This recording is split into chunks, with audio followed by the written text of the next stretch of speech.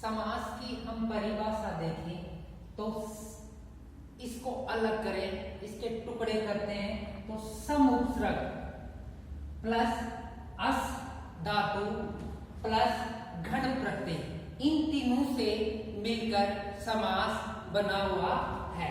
समास की परिभाषा हम देखें तो समसनम समास दो पदों को या दो से ज्यादा पद, बात किसकी कर रहे हैं हम, पद की। समास में पद विधि है, समास पद विधि है, संधि वर्ण विधि है, संधि वर्ण विधि है। तो यहाँ पद विधि है, पद विधि ही समास में चलती है, जो पद विधि है वो समास में चलती है। तो दो या दो से अधिक पदों को एक करना, संक्षेप करना, एक करना ही समास कहलाता है। जैसे एक कारीगर भवन का निर्माण करने के लिए अनेक टेढ़ी मेढ़ी ईंटों का प्रयोग करता है और उसको एक दीवार में संक्षिप्तीकरण कर देता है, अर्थात एक साथ एक दीवार खड़ी कर देता है टेढ़ी मेढ़ी ईंटों को एक कर। उसी प्रकार समास में पद विधि है, अनेक पदों को संक्षिप्तीकरण करना, शॉर्ट करना, एक साथ लाना ही समास कहलाता है। ध्यान दें, परिभाषा नंबर 1 समसनम समास है, संक्षिप्तीकरण करना, दो या दो से अधिक शब्दों को, पदों को एक पद बनाना, उनका शॉर्ट रूप करना, सार रूप करना ही समास कहलाता है। दो या दो से अधिक पदों में विभक्ति, जो संस्कृत में विभक्ति होती है, विभक्ति आदि का लोप करना अर्थात समसनम करना ही समास कहलाता है। सबसे बेस्ट परिभाषा है, सबसे बेस्ट परिभाषा है संस्कृत साहित्य में। नंबर 2 पर देखो, संक्षिप्तीकरणम समास, शॉर्ट रूप करना, संक्षिप्तीकरण करना, दो या दो से ज्यादा पद हैं उनका संक्षिप्तीकरण करना ही समास कहलाता है। नंबर 3 पर आओ, परस्पर आपस में आणविक पद जुड़े हुए, आपस में पद आणविक का मतलब है जुड़ना, पदों का जुड़ना, परस्पर आपस में आणविक पदों का जुड़ना, पदानाम समर्थ पद का एकीभवन, एक करना, आपस में पदों को आणविक पद जुड़े हुए हो और पदानाम एकीभवन, पदों का एक करना ही समास कहलाता है। पदों का एक करना ही समास कहलाता है। तीन परिभाषा हमारे सामने है। शॉर्ट रूप में, संक्षेप रूप में हम कह सकते हैं कि दो या दो से अधिक पदों को एक करना, संक्षेप करना, सार करना, उनको आपस में जोड़ना ही समास कहलाता है। अस धातु का एक साथ बिठाना, अनेक, जैसे एक परिवार है, उसका मुखिया है, उसमें अनेक सदस्य हैं, उनको आपस में जोड़कर रखता है, तो वो समास की तरह कार्य कर रहा है। अर्थात अनेक पदों को एक करना, एकीकरण करना ही समास कहलाता है। जब अनेक पदों को एक करते हैं तो उनमें संस्कृत में विभक्ति आदि का लोप हो जाता है। आदि का क्या हो जाता है? लोप अगर उनको एक करते ही समास कहलाता है। लेकिन ये पद आपस में परस्पर यानी आपस में आणविक यानी जुड़े हुए हो, लेकिन ये पद आपस में आणविक जुड़े हुए हो और समर्थ पदों का एक करना ही समास कहलाता है। इस प्रकार समास की ये परिभाषा है।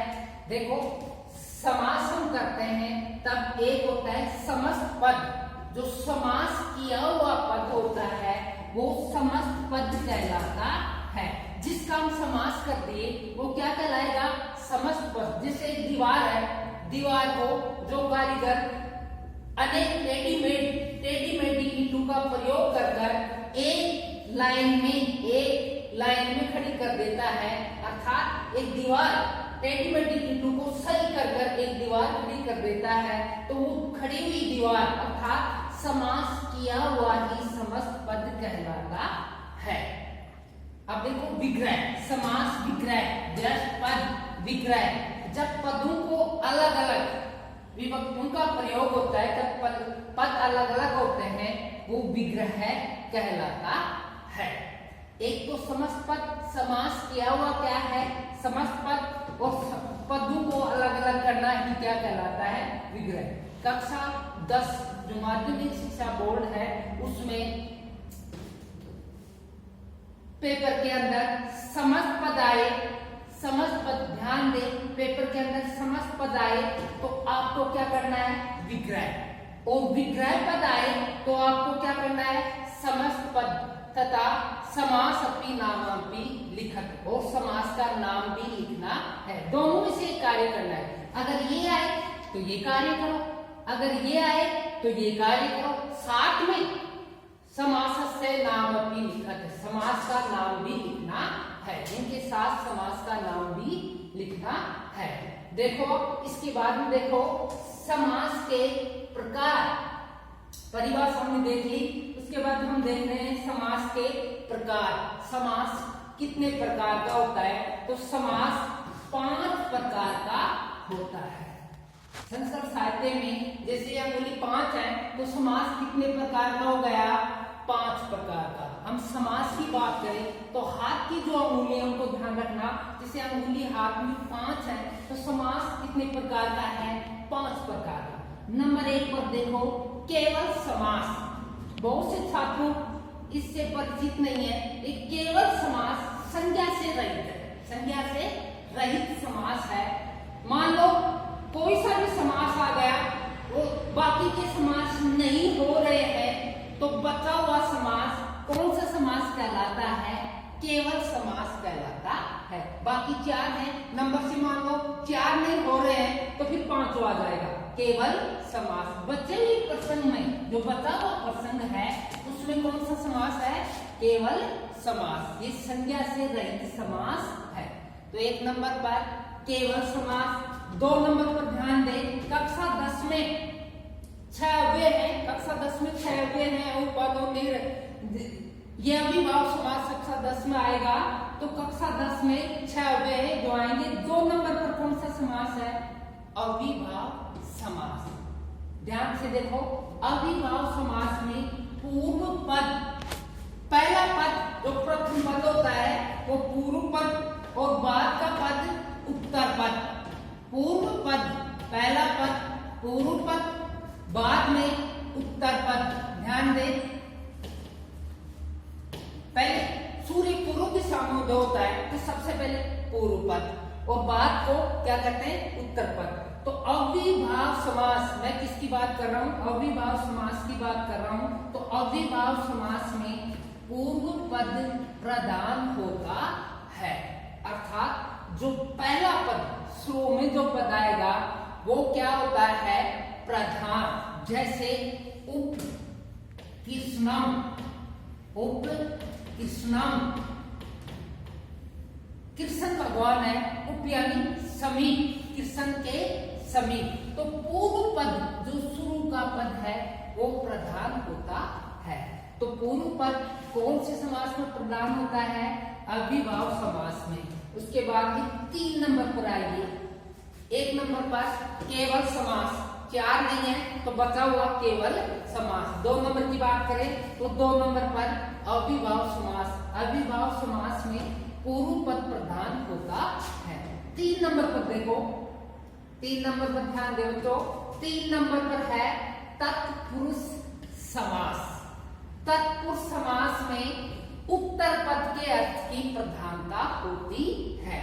अविभाव समास में पूर्व पद, तो तत्पुरुष में कौन सा पद प्रधान होता है, उत्तर पद। तत्पुरुष समास में उत्तर पद के अर्थ की प्रधानता होती है। नंबर 3 देखो, तत्पुरुष समास है जिसमें उत्तर पद के अर्थ की प्रधानता रहती है। अब तत्पुरुष का भी एक भेद है, भेद पढ़ा रहा हूं लेकिन 3 नंबर पर कौन सा समास आया? तत्पुरुष। तो तत्पुरुष की हम बात करें तो तत्पुरुष का भी एक भेद है। उस भेद का नाम क्या है? क्रमधारय समास। और क्रमधारय समास का भी एक भेद है। उस भेद का नाम क्या है? द्विगु समास। यहां पर ध्यान दे, 3 नंबर पर तत्पुरुष समास आ गया। तो तत्पुरुष समास का भेद क्या है? क्रमधारय समास। और क्रमधारय का भेद क्या है? द्विगु समास। दादा, पिता, बेटा क्रम के अनुसार चल रहा है। तत्पुरुष समास है तो तत्पुरुष समास का भेद क्रमधारय समास। और क्रमधारय समास का भेद क्या है? द्विगु। तीनों के एक लक्षण है। बाप चोर है तो बेटा भी चोर है। तीनों में एक लक्षण है। कौन सा पद प्रधान है? उत्तर पद के अर्थ की प्रधानता है। तीनों में उत्तर पद के अर्थ की प्रधानता है। उसके बाद में देखो 4 नंबर पर, 4 नंबर पर महत्वपूर्ण समास है। 8 और 10 तीनों एग्जामों में आता है। बहुव्रीहि समास। बहुव्रीहि समास में अन्य पद प्रधान रहता है। बहुव्रीहि जो समास है उसमें न तो पूर्व पद प्रधान न उत्तर पद प्रधान, बल्कि तीसरे अन्य पद के अर्थ की ही प्रधानता रहती है। बहुत बार देखते हैं हम, बहुत से समूह में देखते हैं चोरी कोई करता है, पकड़ा कोई जाता है। तो यहाँ न तो पूर्व पद प्रधान न उत्तर पद प्रधान, बल्कि तीसरा अन्य पद के अर्थ की प्रधानता रहती है। एक समास में तो पूर्व पद प्रधान, एक समास में उत्तर पद प्रधान और एक समास में न पूर्व न उत्तर अन्य पद। तो ऐसा समास कौन सा है? बहुव्रीहि समास। बहुव्रीहि जो समास है उसमें अन्य पद के अर्थ की प्रधानता रहती है। 5 नंबर पर आओ, अंतिम 5 नंबर पर आप देखेंगे द्वंद्व हो गया। जैसे लड़ाई झगड़ा होता है तो संशय हो जाता है, द्वंद्व की स्थिति हो जाती है कि द्वंद्व समास। तो द्वंद्व समास में उभय अर्थ दोनों पदों, पूर्व पद भी उत्तर पद दोनों, उभय यानी दोनों पूर्व पद भी प्रधान और उत्तर पद भी प्रधान। तो दोनों प्रधान रहते हैं। उभय अर्थ रहता है दोनों पदों की प्रधानता जहां पर होती है वहां द्वंद्व समास होता है। राम है चय, कृष्ण चय। राम है कृष्णो, राम और कृष्ण दोनों की प्रधानता है तो वह उभय अर्थ में द्वंद्व